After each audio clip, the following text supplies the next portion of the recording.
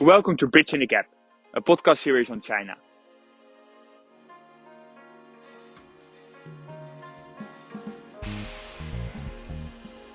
Today we're in talks with Jörg Wuttke, president of the EU Chamber of Commerce in China.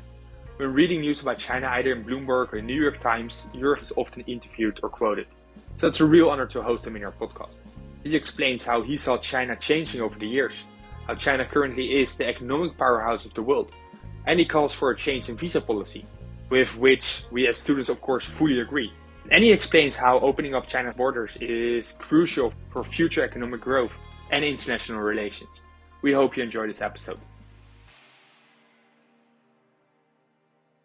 So hello Jörg, it's great to have you on board. Me, especially as a German, listening to news on China, your name comes up all the time. So it's an honor to have you here and to talk about China. Thank you for having me. It's a great honor, in particular as I also studied in Mannheim. I'm from the Sinsheim area, so I have a bit of a local flavor. Yeah, great to see that someone from the region can make it so far. Let's start out with how you ended up in China. I mean, to my knowledge, you studied sinology in 1980, and then 2 years later moved to China. So what were your motivations? Where did the fascination for China come from? Well, first of all, I grew up in a village somewhere between Heidelberg and Sinsheim, and that is really provincial.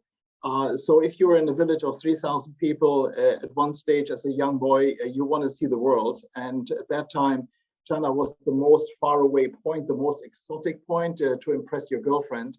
So that's why basically I decided to do something. And it was a bit interest on China always in the family. My father was an avid reader of Confucius, and my elder brother was waving with a Mao, a red Bible, which caused a lot of discussions around the dinner table.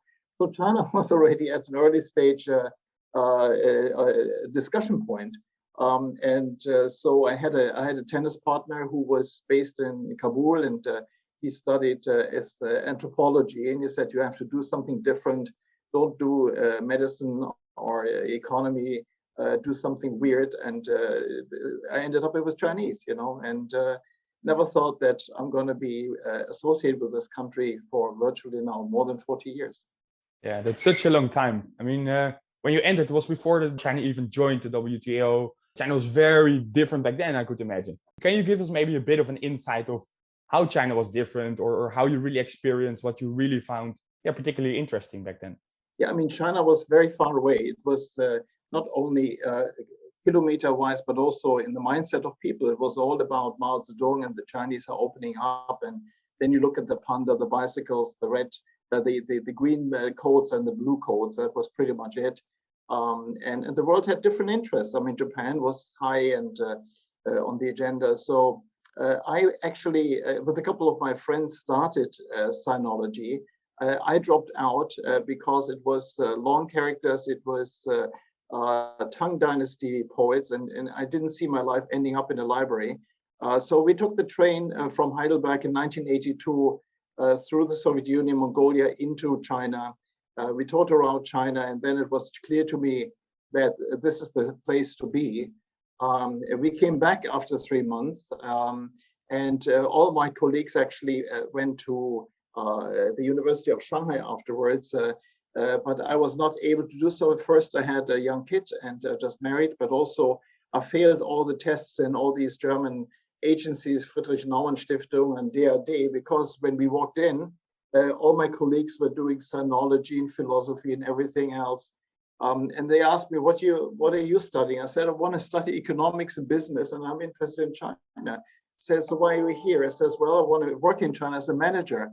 What do you want to sell these people? And I was the only guy who was rejected, which actually was very interesting, because 20, 30 years later, when I was chairman of the German chamber, of course, all these representatives came to me to pay honors. And I could tell them always at the end, by the way, you have rejected me because I had an reasonable wish for a job. So sometimes you just have to jump and do stuff that others find weird, and you might end up at a good place. So during your time there, would you say over the course of 40 years, China changed in a way? I mean, beyond recognition, it is clearly that, in the 82, when I was there for the first time, bicycles, and again, married ladies had short hair, and unmarried ladies had braids. Very important for young men to see the difference. And and now, of course, Shanghai girls are the most fashionable globally. I mean, they spend so much money on the looks. It is a different world. In many ways, I'm a bit nostalgic because China in the 80s was a China that was reawakening, that was coming out of the dark woods of Cultural Revolution. It had a leadership that was more accommodating. The world was eager to meet China and see China. And so that was an incredibly rich cultural period of time. Yeah. Yeah. Okay. I think it's very valuable if you have been in China so long, you can really see these developments and trends there. And we learn in business school also how much innovation is happening in China, smart manufacturing, smart cities, leading in a sense in these innovations. I think you could, as Westerners, could also learn a lot there. Do you also think that still China is an interesting place and a place where young people can learn a lot, where companies can invest? Do you think China is still the place to be, basically? Yeah, I mean, when I grew up with China as a young man, it was learning Chinese culture, learning the richness, subtlety, all of the above. And of course, now it's in business. And, besides being chairman of the chamber, I'm heading a German company that has 100 factories here. And we have a lot of young people, good engineers that are incredibly versatile. Projects are in time, in budget, like other locations. Why is that? Because China is the biggest economic fitness center in the world.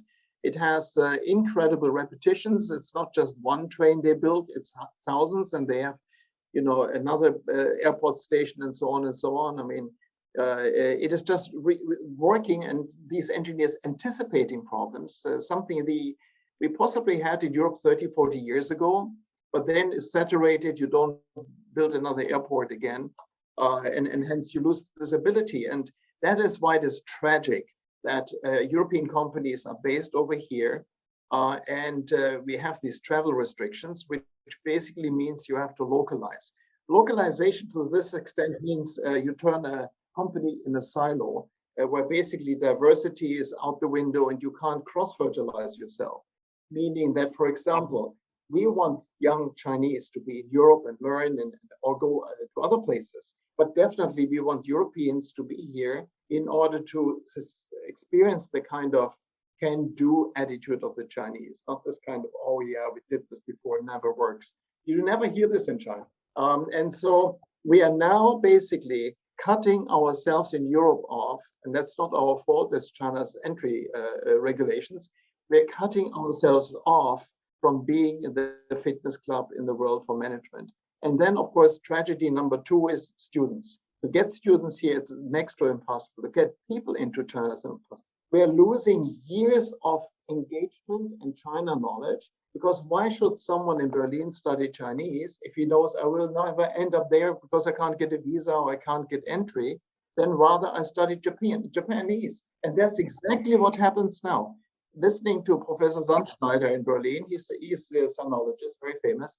He said that more people are now looking for other languages. Chinese language and interest in China is dropping like a stone. And so it's a pity that we ourselves cutting ourselves off from that experience, but definitely it's more tragic for China to cut itself off. I could imagine that over the upcoming years, you indeed see then reduced investments, the reduced interest, that over the upcoming years this will result in decreased activity between EU and China.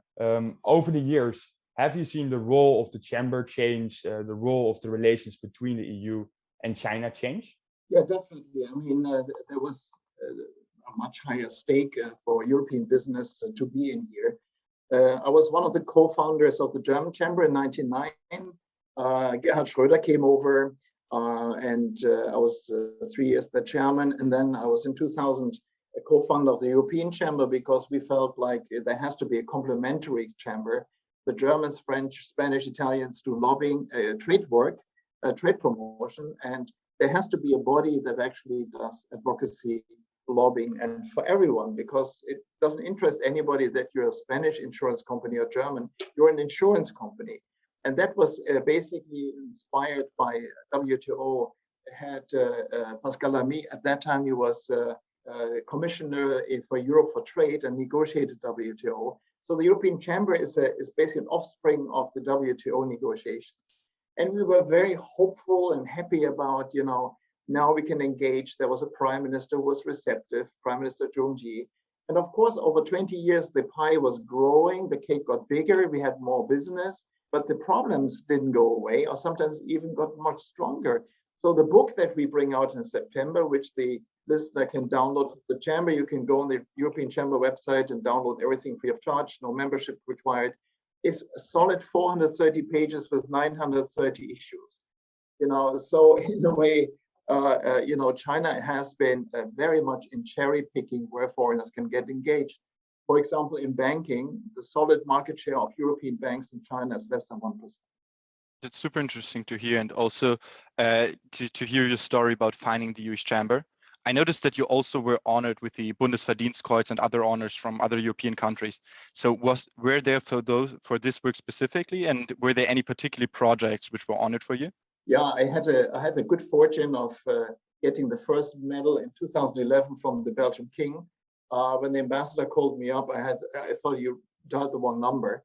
But again, it is something of appreciation. I briefed traveling Belgian top politicians, even the princess. I gave them a lot of information. I helped Belgian companies and the European Chamber function. And of course, I was a big week in Brussels when I was chairman of the European Chamber showing up there. So in a way, I could do a lot for Belgium, and it was really very touching for me to see that a country besides my own was actually acknowledging that I did good, And then it took a couple of years, and in 2018, in 1 year, I got 3 orders from the Italian president, Macron, and also Steinmeier. That didn't come as much as a surprise, because I had another term of the European Chamber, and I was far more deeper engaged in briefing these people, helping companies, and so forth. But still, it's a great honor. And if I put them all on my jacket in one go, I look like a North Korean general. That's something to be proud of. Yeah. And they acknowledge your work.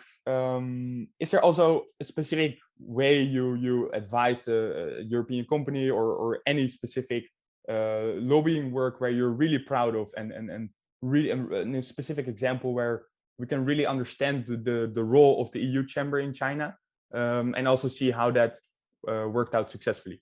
Well, the precondition is you always have to have your facts right. And that's why it's 430 pages, 900 cases, because you can't wishy-washy want something from the Chinese government, open up more, and, it has to be very, very, very specific. And we don't get much solved. I mean, that doesn't speak for us, but at the same time, we solve about between 6, 7, 8% of all the cases. So the good news is after 20 years, you can start all over again. But at the same time, you have to have a platform with the Chinese government. You have to have a very deep and good understanding of the European Commission, about the European Parliament and Council. That's your backyard. And member states also helps, particularly when you are from a big member state like Germany or France. Of course, it helps even more. And then, of course, the lobbying work has to do a lot with media. The Chinese are super sensitive when it comes to foreign media, and hence they pay attention to it. If you give an interview to People's Daily or Global Times, I'm sure the leadership doesn't read it. But they definitely care about the New York Times, Wall Street Journal, Financial Times, Reuters, Bloomberg. And these are the 5 outlets that I diligently try to engage again and again, in order that someone reads about my issues in these papers or these wavelengths. You have to be fair. You have to be candid to get in there, so you can't sort of put rosy glasses on.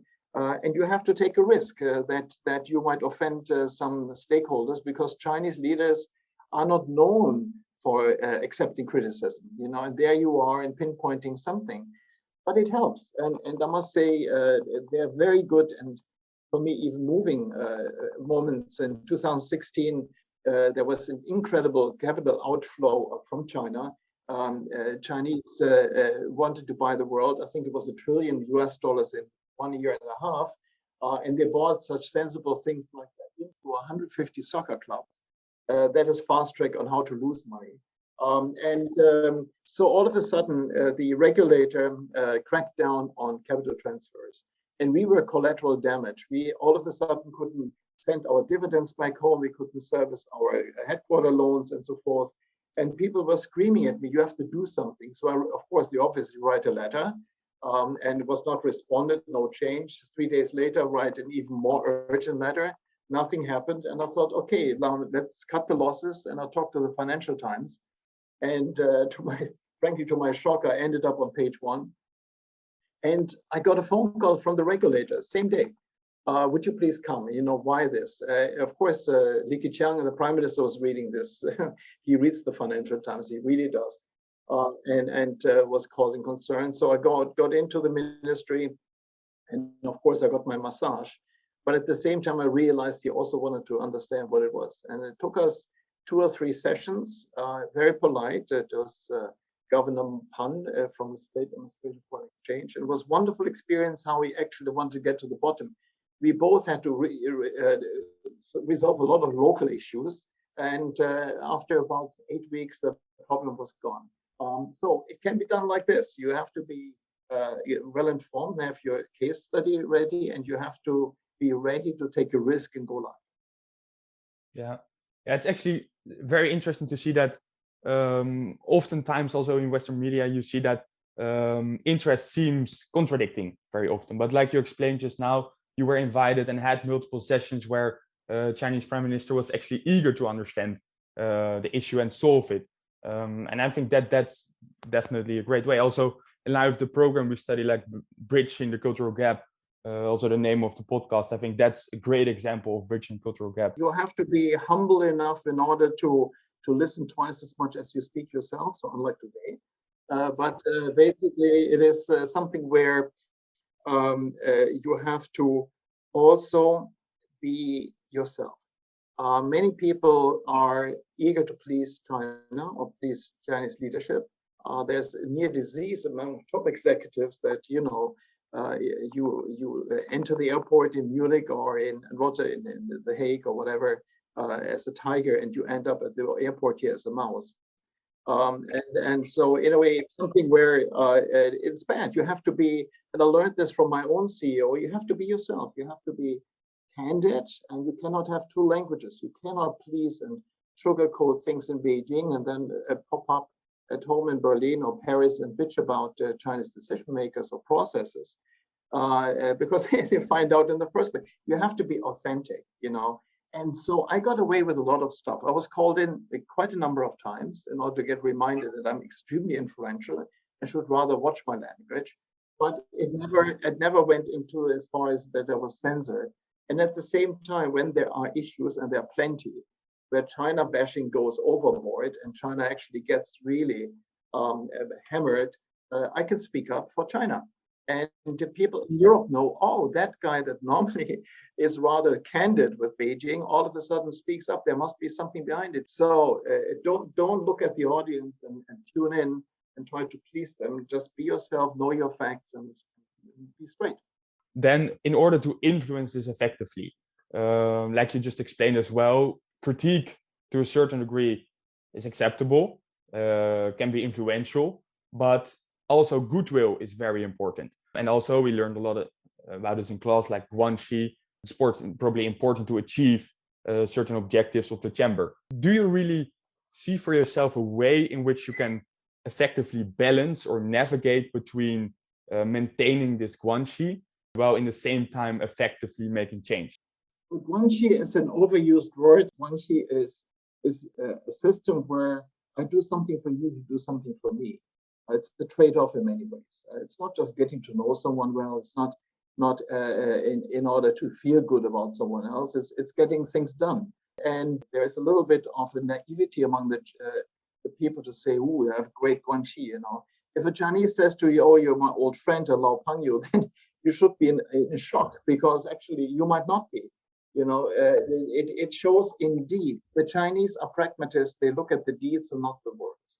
And hence, Guanxi means like you have something to offer, and you have also humility and openness to offer, meaning you try to understand. You might not come to the same conclusion as they do, but you make it very clear that Guanxi also means you can have different opinions, and that's what they, I think, accept.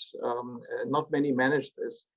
Frankly, also not many are here for many years in order to practice this and grow in the system. I mean, I've been lucky of knowing junior officials. Now all of a sudden they're minister. Yeah, but when you say you reach out, I mean, your main role in the European Chamber is to voice the opinion of the European Union and to facilitate exchange.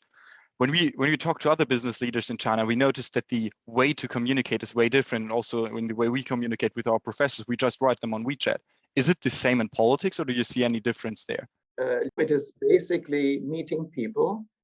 It is reaching out to Chinese media, where of course you have to have, as we say in German, the sister in the back of your head, that you know what you can say, how you can push the envelope in order to get invited again, and in order to get a message across. I give you an example. Last week on Monday, I was on Liu Xin's show in CGTN, The Point. She's a very dear friend of mine. I really have great regards for her. And of course, I hijacked it brutally. We want to talk about EU-China summit. So I started with Ukraine and ended up with Omicron and ended up with a point where parents are separated from their children, which is a huge concern in the business community in Shanghai. And she came up with something very vague, and she was caught by surprise, obviously. But there it was, I had placed it, And the person she is, she actually started asking about this. And then the policy changed on Tuesday, and she made a special on Wednesday. So 48 hours after I babbled around this, she had 30 minutes only on that topic. And again, you could change things if you are in a polite manner talking about a project, problem, which is visibly not fair. Why should parents get separated from their children, particularly when they are 4 months, 6 months, or 3 years old? And so that was a very nice engagement. And again, it's via media, it's via being a friend. She trusts me. I appreciate her. And that, of course, helps in order to push the envelope in the state-owned broadcasters. Yeah, and there again, you see the intention also from the Chinese side is actually also to understand and work towards a decent win-win, right? Well, there are plenty of people who really do understand and they know about it. But the real interesting counterparts for me, of course, are the economic ministries, the economic advisors. And they have a show to run. I mean, for them, it maybe it's not policy, it's a survival that to get the economy going again. And I always enjoy this. After I published the position paper last year, I was rather straightforward on China's attempt to go for self-reliance, turning its back on the global economy. And the World Bank has done a bit of study for us and showing what it does to the Chinese economy. It slows it down tremendously. And we said, we don't want this. We want China to succeed. We want China to have real opening and a real success story. So back to 2000 in a way. And so there it was. Of course, the Minister of Foreign Affairs really didn't like it because my language was again not polite. At the same time, I was invited by the Minister of Commerce in October. And the Minister of Commerce didn't meet a single foreigner in 2021 except myself. So I really had the honor of all honors. And the meeting was fantastic. It was supposed to be 60 minutes, 90 minutes. And I could talk about the problems we have. And we shared the same issues. So, we Chinese run the risk of facing protectionism in Europe. You run the same risk in China. We have a similar problem. Where do you hear a Chinese minister admitting this in public?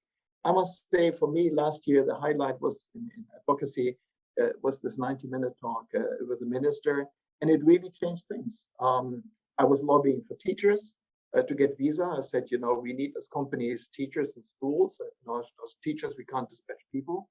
And he made people in his staff available to help us on each and every visa. And so you still have these economic decision makers that clearly see where things are going. And my hunch is now with all these challenges, Omicron, slowing of the economy, rising unemployment, as well as the challenges of the Ukraine war, basically, I guess, will lead in the party congress to a strengthening of technocrats. These are the guys that we really need.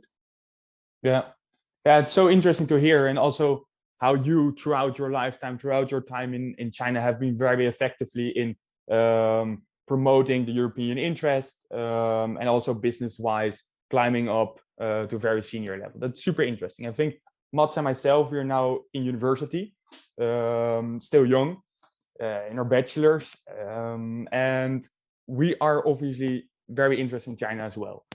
Eager also to build a successful business career in the international sphere, and preferably related to China. If you look back, what advice would you basically give yourself when you were about to graduate university? What advice would you give us?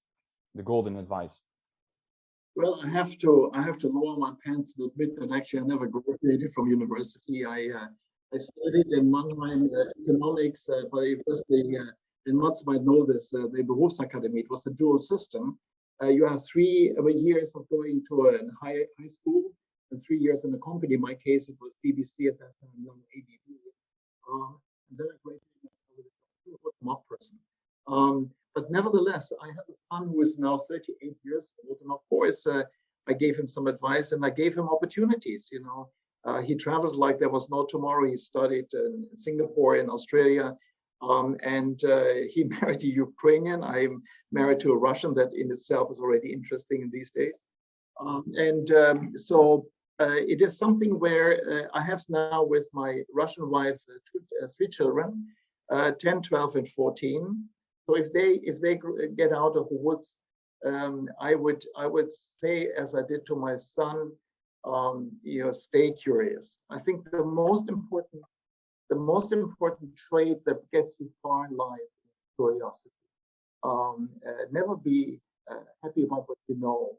Always expose yourself to those that you might not know, and read, and then read, and read again, and again, not just literature related to studies. It's like, for example, I'm a big fan of poetry, and what poetry does is, when you read this over 10, 20 years, is it gives your brains pictures for language.